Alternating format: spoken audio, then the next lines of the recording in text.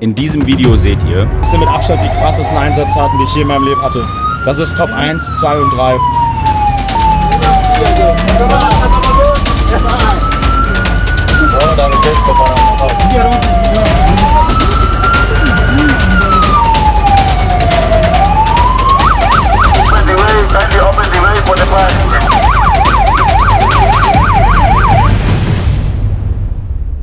wir haben jetzt den zweiten Tag bei der Feuerwehr in Kenia. Wir sind jetzt in Nairobi, also in der Hauptstadt von Kenia, bei einer der ersten Feuerwehren, die es jemals in Kenia gab und eine der größten. Wir haben jetzt schon erfahren, dass wir wahrscheinlich heute viele Einsätze erleben werden. Gestern gab es insgesamt 7 Feuer, weil die Temperatur in Kenia gerade sehr, sehr heiß ist. Ich bin gespannt, was du und ich erleben werden. Also Tag Nummer 2 startet.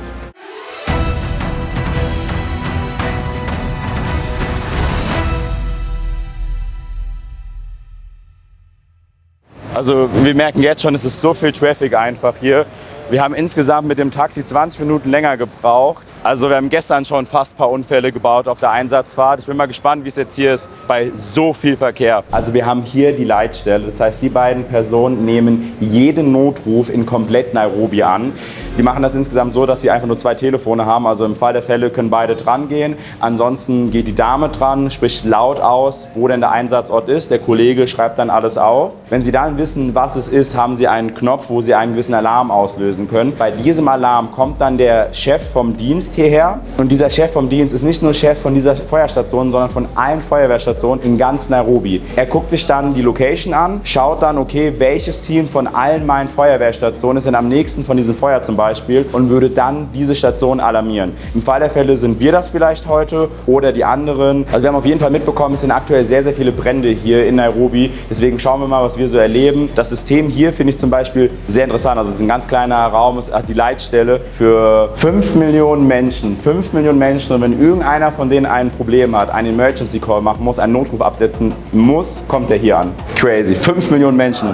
Also im Vergleich zum ersten Praktikumstag bei der Feuerwehr ist das alles hier viel, viel entspannter. Ich habe ein bisschen Angst, dass wir keine richtigen Einsätze miterleben werden, aber wir machen erstmal die ganze Begrüßung. Das ist Gideon. Gideon erzählt uns heute den ganzen Tag.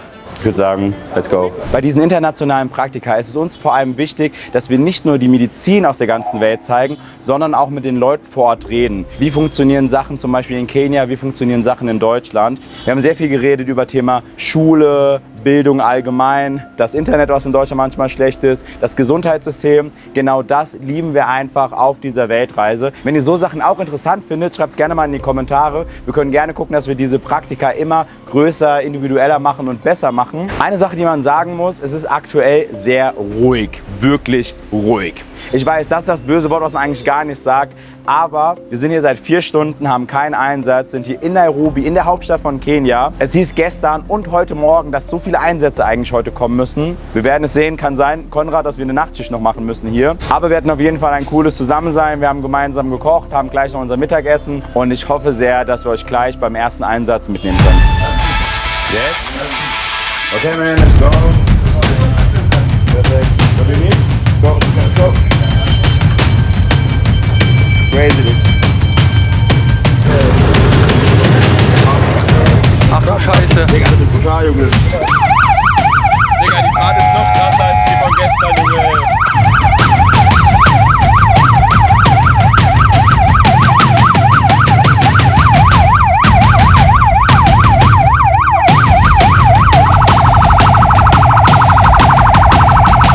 Was so krass, diese Einsatzfahrt. Mir ist aber nie so was Krasses erlebt, ey.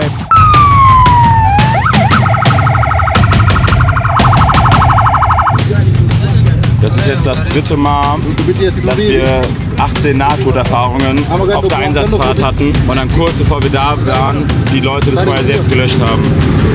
Bruder, diese Fahrten sind so schlimm einfach. Also wirklich for real, ey. Wie geht's dir, Konrad? Guck mich mal an. Mal besser, Digga. Ja, Digga.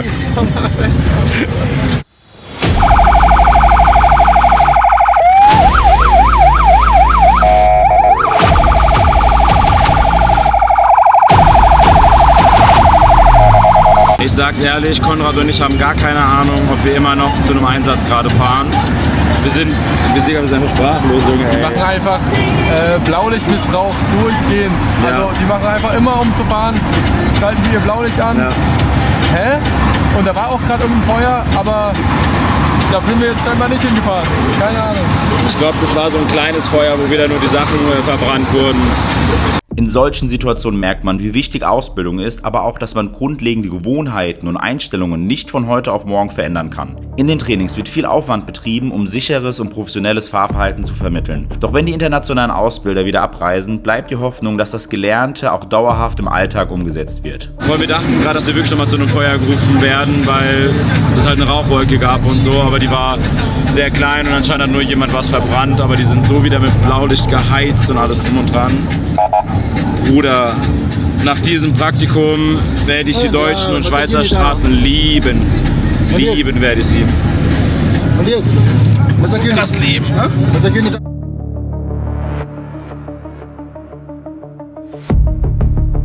Was crazy, man? Yeah? Was like yesterday? Yeah. Bruder, wir sind schon wieder fast gestorben. Es kann doch nicht sein, dass wir 3 Todesfahrten haben auf dem Weg zum Einsatzort und immer kurz vor Schluss das Feuer von selbst gelöscht wurde, was richtig gut ist. Ja, aber die Fahrten, ich habe das Gefühl, dass wir mehr Leben riskieren, als wir eigentlich vielleicht retten können.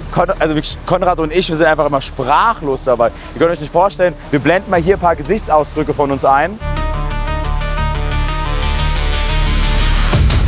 Ist crazy, also wir sind kreidebleich, ich schwitze an den Beinen. Wir quetschen uns da irgendwie zu 6 oder zu 7 rein. Also ich möchte jetzt nicht zu viel von meiner Mimik verraten, aber er hat mir gerade richtig stolz erzählt, dass sie manchmal mit der Leitstelle telefonieren und sich ein anderes Feuer geben lassen, damit sie die Argumentation haben, auch wenn sie zu keinem Einsatz fahren müssen, mit blaulichen Sondersignalen zu brettern. Das hat er auch anscheinend jetzt bei dieser Fahrt gemacht und wir sind jetzt super gefährlich eigentlich jetzt hier zum anderen Trainingscenter gefahren. Jetzt chillt hier jeder. Also die haben ja gerade zugegeben, dass sie Blaulichtmissbrauch machen und so.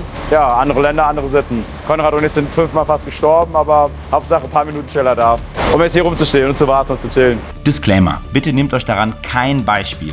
Blaulicht an heißt nicht Kopf aus. Fahrt jederzeit verantwortungsvoll und haltet euch an die geltenden Vorschriften. And fire. Training in the ropes. Good ropes there. Okay, also sie machen anscheinend hier ein Training, dass sie probieren, so schnell wie möglich mit der Leiter ganz nach oben zu gehen, in den 5. Stock, also ca. 10 Meter hat er gesagt. Und wenn sie dann oben angekommen sind, haben sie dann das Training, dass sie sich da sozusagen festseilen und dann einmal von ganz nach oben nach unten wieder abseilen müssen. Und das Training machen sie später. Wir glauben, es sind doch eher 20 Meter statt 10. Krasse Aussicht, krasse Aussicht. Ey, die behandeln uns hier echt gut, muss man sagen. Also die Einsatzfahrten sind super, super krass, aber die sind super gastfreundlich, wollen uns super, super viel zeigen. Ich bin ein bisschen dirty, aber die Leute sind nett. Eine Sache, die mir jetzt erst aufgefallen ist, das ist die Notrufnummer. Schaut euch mal, was für ein Brocken das ist. Wir haben bei uns in Deutschland ja die 112 und die 112 ist eine europäische Notrufnummer. Das heißt, ganz egal, wo ihr in der Europäischen Union seid, wenn ihr die 112 wählt, wird euch geholfen. Sogar in Teilen nicht-europäischen Ländern könnt ihr, wenn ihr die 112 anruft, mit der Leitstelle vor Ort verbunden werden. Also im Fall der Fälle merkt ihr euch 991 oder 112, der wird euch im Regelfall geholfen. Eine Sache, die mir auch aufgefallen ist, diese ganzen Dellen, Schrauben, Kratzer. Schaut euch mal das an. Das widerspiegelt schon so ein kleines bisschen den Fahrstil. Also ich vermisse wirklich die deutschen und die Schweizer Straßen. Kann man keinem erzählen, ey. Volle Experience. Das ist die Feuerwehr in Kenia, Nairobi.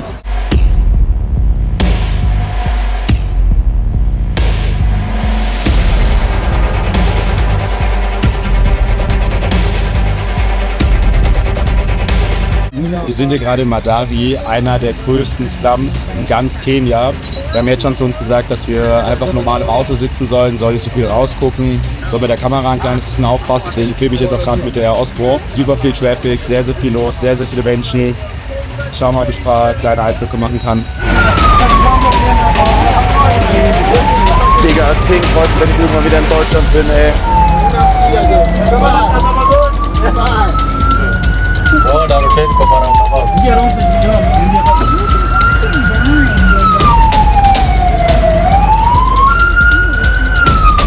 Digga.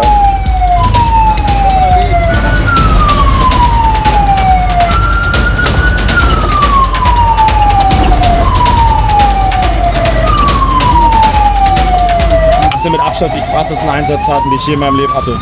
Das ist Top 1, 2 und 3. So viele Nahtoderfahrungen, viele Passanten, die fast angefahren wurden. Ja. Junge, der fährt gegen den Verkehr so krass, ja.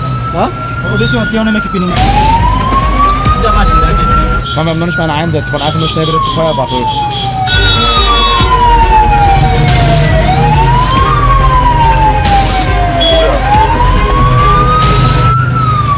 Wir haben hier noch gar keinen einzigen Einsatz gehabt, erleben aber so viele krasse Sachen. Oh, der war schon wieder fast ein Unfall, Junge, ey. Es ist so krass, ey. Voll der krasse Blaulichtmissbrauch. Man kann sich hier nicht anschnallen. Wir fahren gegen den Verkehr. Nur um wieder bei der Feuerwache zu sein, schnell. Das war bisher ein richtig krasser Eindruck von der Feuerwehr in Kenia, in Nairobi. Bitte, bitte, bitte merkt euch, Blaulicht an heißt nicht Kopf aus. Ganz ehrlich, ich glaube, normale Reporter hätten schon längst gesagt, dass sie nicht mehr mitgefahren wären. Also schätzt das gerne wert, lasst gerne ein Abo und ein Like da. Würde Konrad und mich sehr freuen, das ganze Team sehr freuen. Wir geben uns wirklich viel Mühe, euch einen sehr realistischen Einblick in die Feuerwehr und in den Rettungsdienst auf der ganzen Welt zu zeigen. Also wirklich gerne ein Abo und ein Like da lassen. Das ist sehr nice.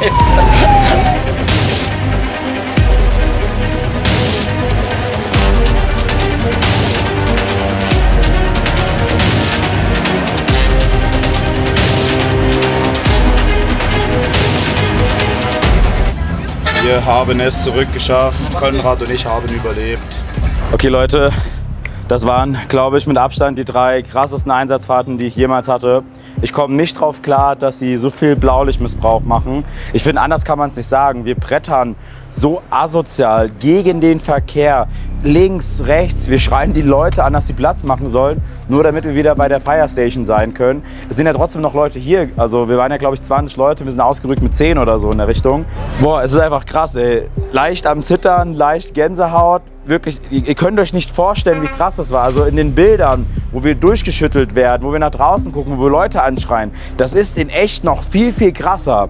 Also ich komme nicht drauf klar, dass wir so extreme Einsatzfahrten hatten, haben aber noch kein Feuer quasi live gesehen oder live gelöscht. Wir müssen erstmal ein bisschen runterkommen. Konrad und ich sind insgesamt, glaube ich, noch 4 Stunden hier und sind gespannt, wie die nächste Todesfahrt wird. Und glaubt mir, normale Reporter hätten schon längst abgebrochen. Konrad und ich waren gerade auf der Suche nach einer Toilette und auf einmal hat uns ein netter Herr angesprochen, ob wir uns den Raum angucken möchten. Das war anscheinend ein Reparationsraum, wo sie halt kaputte Feuerwehrschläuche reparieren. Der wollte, glaube ich, einen komplett aufmachen und uns alles zeigen. Also die Leute sind hier so hilfsbereit und auch einfach, kann man sagen, dankbar, ist also der falsche Begriff, beziehungsweise sie erklären einfach voll gerne. Wir haben die ganze Zeit neues Wasser, was zu trinken. Jetzt habe ich einen Grip. Die Leute sind einfach krass gastfreundlich, muss man sagen. Sie bringen uns zwar bei fast jeder Einsatzfahrt um, aber sie sind super gastfreundlich. Und sie fragen sehr, sehr viel. Also das finde ich ja ganz cool bei den Praktika, dass man auch einen Austausch macht. Wie ist es bei uns in Deutschland, wie ist es in Kenia, wo kann man voneinander lernen. Und ich weiß, ich bin noch kein Feuerwehrmann. Ich kann alles, was ich erzähle, nur aus Erzählungen von Freunden weitergeben oder auch von Kollegen, die ich über Social Media kenne. Aber sie sind trotzdem krass begeistert, wie so das System in Deutschland ist und wie hier in Kenia. Und du musst erstmal auf dein Leben klarkommen, oder? Boah, Digga, du siehst auch so blass aus, ey. Boah, Digga, Konrad, ey. Also das war mein Ernst. Andere Reporter hätten safe abgebrochen. Ich habe auch zum Konrad bestimmt 3-mal gesagt, ey, wollen wir nochmal losfahren, wenn ein Einsatz kommt. Wir haben es beide noch so gesagt. Ich glaube, wir müssen erstmal ein bisschen runterkommen, Energie sammeln und auch reflektieren, was wir einfach erlebt haben. Also glaubt mir, diese Fahrten waren gottlos. Diese Fahrten waren so krass, ey. Ich habe irgendwie im Gefühl, dass es noch schlimmer wird. Geht das überhaupt? Meine Haut sagt ja. Ich zeige euch jetzt nicht, wie es aufs Klo geht. Ich will aber nur zeigen, wie das Klo aussieht. Dankbar für deutsche Toiletten. Ich bin sehr gespannt, wie es ist, wenn wir in Japan ein Praktikum machen, wie da die Toiletten aussehen. Can I see the car, the ambulance car? It's more like a pickup truck. Dominik zeigt mir hier ein Rettungsfahrzeug, was auf der Wache in Nairobi stationiert ist. Statt eines klassischen Rettungswagens handelt es sich um einen umgebauten Pickup. Kompakt und für die Bedingungen vor Ort ausgelegt. Im Inneren erklärt er mir die wichtigsten Ausrüstungsgegenstände. Sauerstoff, Medikamente, Handschuhe, Nadeln und ein Blutdruckmessgerät. Dabei fällt auf, vieles wirkt deutlich in die Jahre gekommen und der Qualitätsunterschied zu den deutschen Standards ist klar erkennbar. In Nairobis dichtem Verkehr und engen Straßen ist dieses kompakte Ambulance Car oft schneller am Einsatzort als ein großer Rettungswagen. Ich habe gerade noch ein kleines bisschen mit Dominik geredet und er hat mir erzählt, dass sie zu Einsätzen immer zu dritt fahren. Einmal einen Fahrer, der wirklich nur ein Fahrer ist, plus nochmal eine First Aid, also eine Erste-Hilfe-Ausbildung hat. Die geht zwar ein Jahr, aber sie bezeichnen ihn zum Beispiel nicht als Sanitäter. Und dann gibt es die 2 Sanitäter auf dem Fahrzeug, die EMTs. Die haben eine 2-jährige Ausbildung, das heißt, sie sind bei den Einsätzen zu dritt. Und sie haben halt extra diese Trucks, damit halt dieses Load and Go halt stattfinden kann.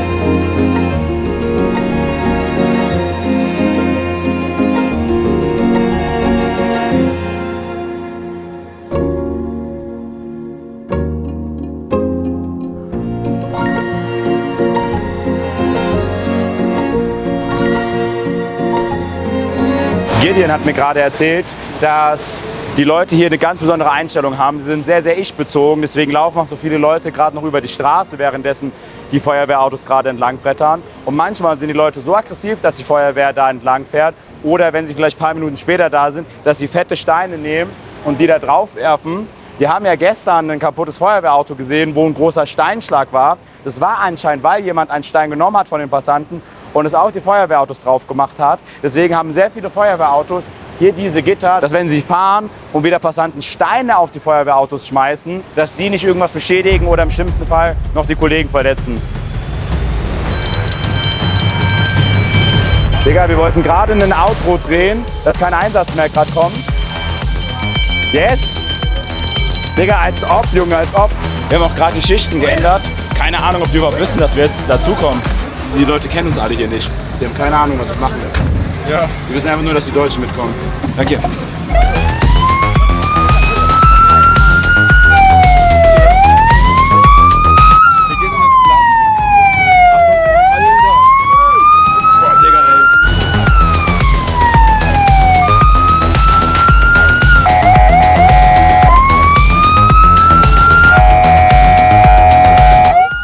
Wir fahren jetzt gerade anscheinend zum Slum. Wir gucken gleichzeitig heimlich wie meine Osmo-Filme. Kaputt. Digga, diese Einsatzfahrten sind so ein absoluter Fiebertraum. Ich habe keine Ahnung, was es erwartet. Außer das Berg, aber in den Slum. Wir haben keine Ahnung, wo wir jetzt hinfahren. Außer, dass es zu den Slum geht, es Gefährliches. Ja, wir werden sehen, wir werden sehen. Open the way, kindly open the way for the fire.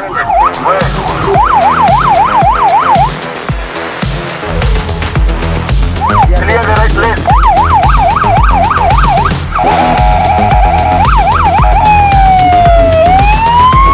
Wir müssten gleich angekommen sein, wir sind stehen geblieben. Wir wissen aber nicht, wo der Einsatzort ist. Okay, wir sind stehen geblieben, sieht aber nirgendwo nach einem Feuer gerade aus. Die haben uns gesagt, dass wir echt aufpassen sollen, dass es sehr gefährlich ist. Ich gehe mal kurz nach vorne. Okay, dann, okay, Konrad, ich gehe raus, okay?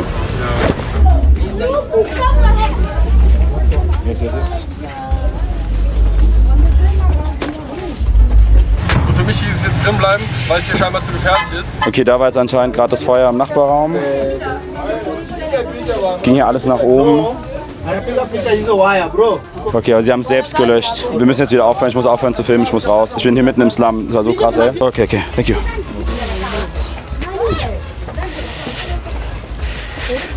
Okay, Leute, ist so crazy hier in den Slums. Yes. Okay, thank you for coming. Thank you, bye bye. Okay, ich gehe jetzt schnell wieder zu Konrad. Upala. Fast ist mal geflogen.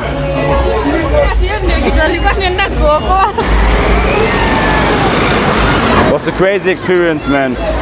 Was a crazy experience. Thank you so much. Fast selbst angefahren worden. Okay. Digga, crazy. Junge, ich war mitten in den Slums drin. Da hat anscheinend Slumhäuser gebrannt. Die haben es aber selbst gelöscht. Die Leute leben auf engstem Raum dort. Ich bin so vielen Menschen begegnet beim Laufen. Digga, das war gerade so eine Experience. Das Feuer war wieder gelöscht, aber es war einfach so ein krasser Kulturschock, muss man einfach sagen. Ich hatte einen extra Guide, der mitgekommen ist. Es haben so viele Menschen mich angefasst, mit mir geredet.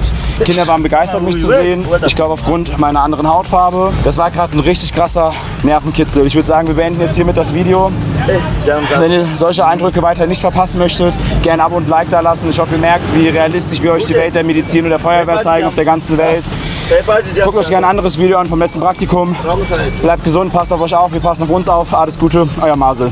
Das waren unsere Eindrücke bei der Feuerwehr in Kenia. Wir hatten keinen richtigen Einsatz miterlebt, hatten aber die gefährlichsten Einsatzfahrten gefühlt auf der ganzen Welt. Ich hoffe nicht, dass wir noch krassere Sachen erleben werden, aber you never know. Wenn ihr weitere Videos rund um Medizin, Feuerwehr und Co. nicht verpassen möchtet, lasst gerne einen Daumen nach oben und ein Abo dalassen. Guckt euch gerne eins der anderen Videos an und ansonsten passt auf euch auf, wir passen auf uns auf. Alles Gute, euer Mase.